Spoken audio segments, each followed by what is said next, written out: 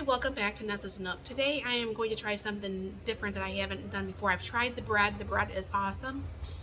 It is actually Noreen's Kitchen's perfect sandwich loaf bread. I will link the description to that in the description box. And I was watching Heather over at the Needy Homesteader, and she had the pullman pan, which will make, I think, better easy slicing. And then what she had on her video is there is this black container that you can put at the end of the bread, and then that always stays safe or not stale. I got this off Amazon, and then I didn't buy the one that she had, but I also bought this cutter that should easily cut the bread in the same sizes, so that should be nice and easy too. But anyways, I'll get ahead and move this stuff out of the way and show you what I'm doing over here. Now I'm going to go ahead and use my 7-cup KitchenAid, and what I need is 4 cups of all-purpose flour.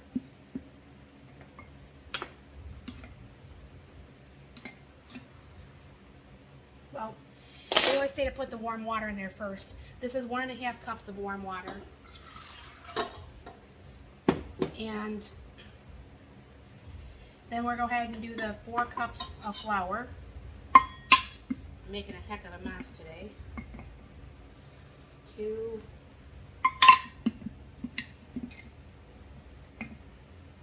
3, and I need to fill back up my flour container. 4. I believe they usually put the yeast in there first. I forgot about doing that first. So it's going to be 2 teaspoons of yeast.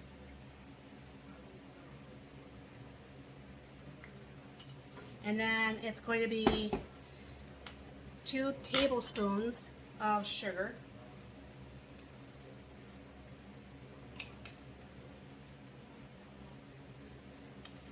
And then it's going to be 2 tablespoons of butter that's actually softened. And then it's going to be 1 teaspoon of salt.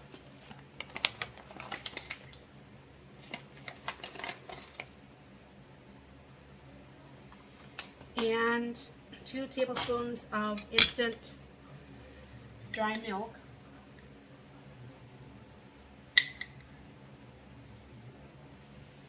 And that looks like it's it.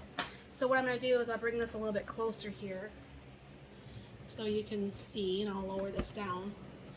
So I have my bread blade in there right now, and this is one that lifts up. So at first, of course, you don't throw it on high because flour is going to fly every which way.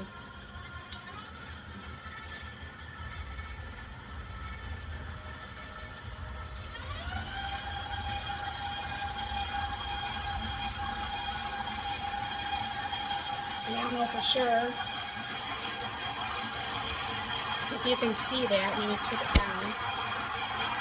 That actually starts pulling very well off the sides. And you'll know when it's done pretty much because it will pull all the flour off the side. And then what's going to happen is once that happens, which is almost there right now, you are going to knead this for 5 minutes. And what I'll do is I will bring you back once that's done.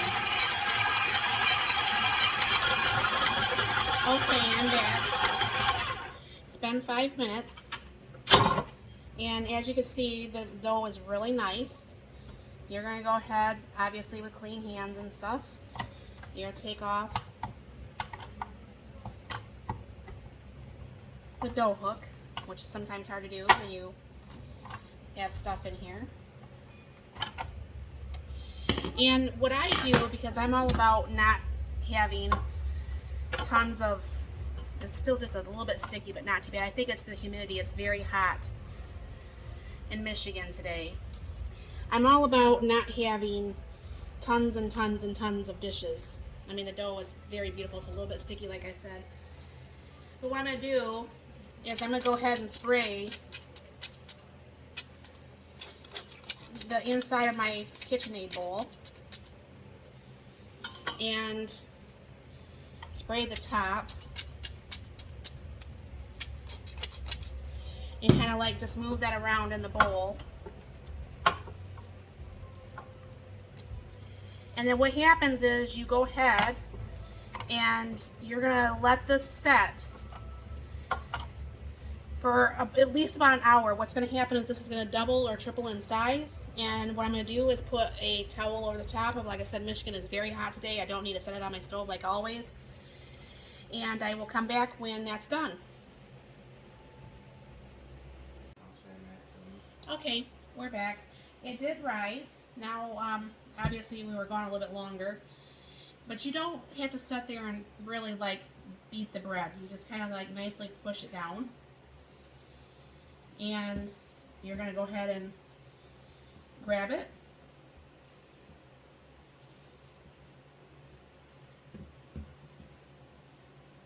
I'm going to go ahead and put a little bit of spray on my counter here too.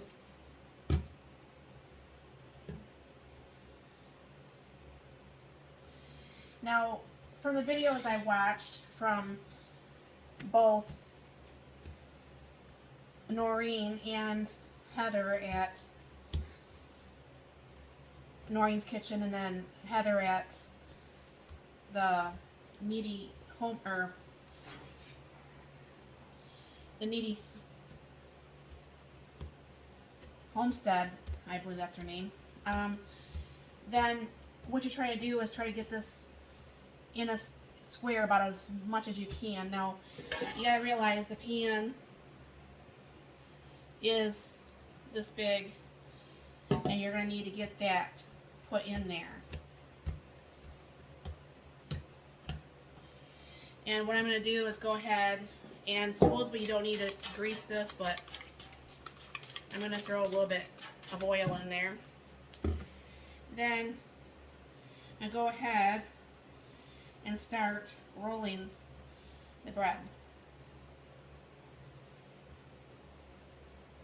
Kind of like roll, tuck, roll, tuck.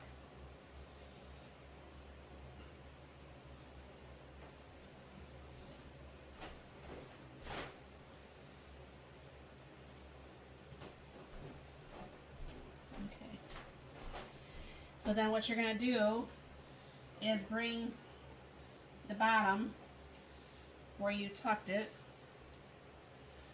and go ahead and tuck this in. Then you're going to take this side here and push this in.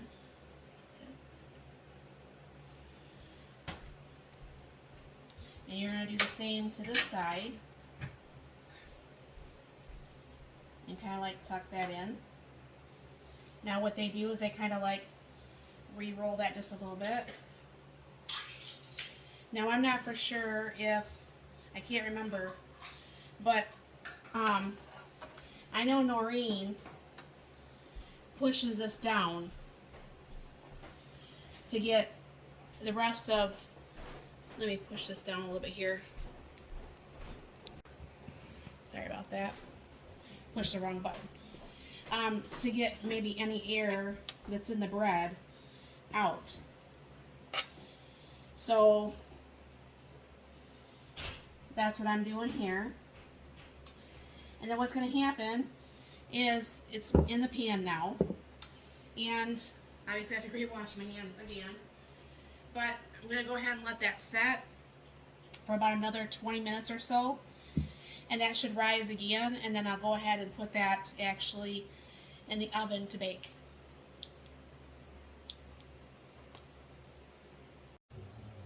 Okay, the bread is proofed. It looks really good. Then what I'm going to do is go ahead and put on the lid. You let it cook for a while with the lid on. In about the last 10 minutes, then you go ahead and take the lid off so the bread will brown. So what I'm going to do is take you over here. You will see I got the June oven open. Yes, it fits. That made me very happy. So go ahead and put that in there. And I will put it on bake for the 350. I'll keep an eye on that for the time.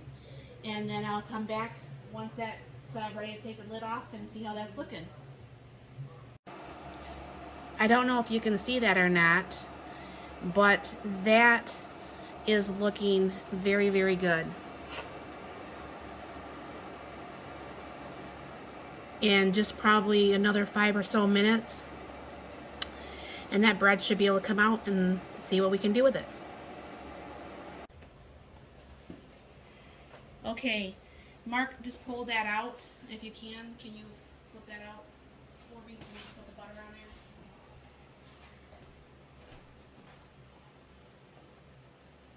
there?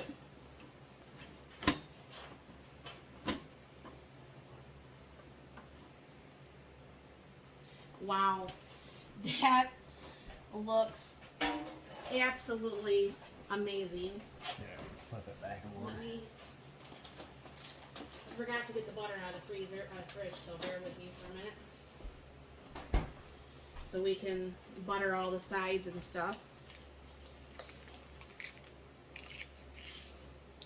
If this works out, then, like I said,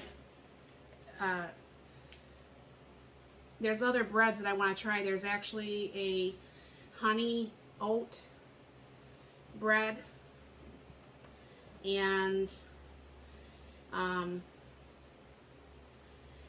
then there's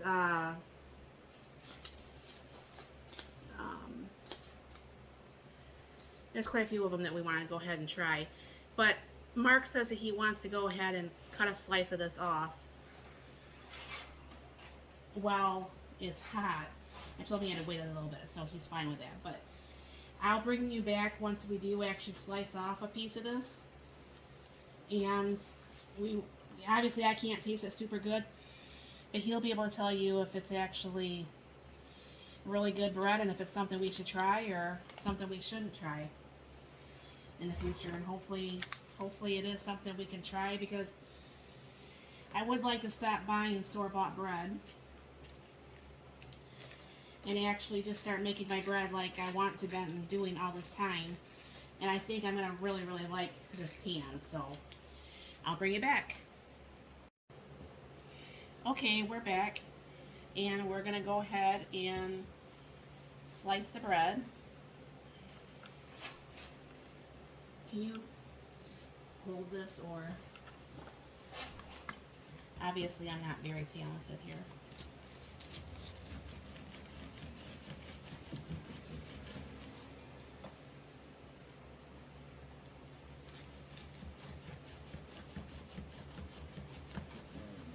Pull that out kind of stick the gander at it. Wow. Really nice looking. Really super nice looking. Did you want to try to buy that? Some butter? Yeah, I just tried it by itself. Very good. Alright, there you go. So then what we'll do is we will finish cutting up this loaf of bread. I'll need his help to kind of help hold that while I cut. We'll get that in that plastic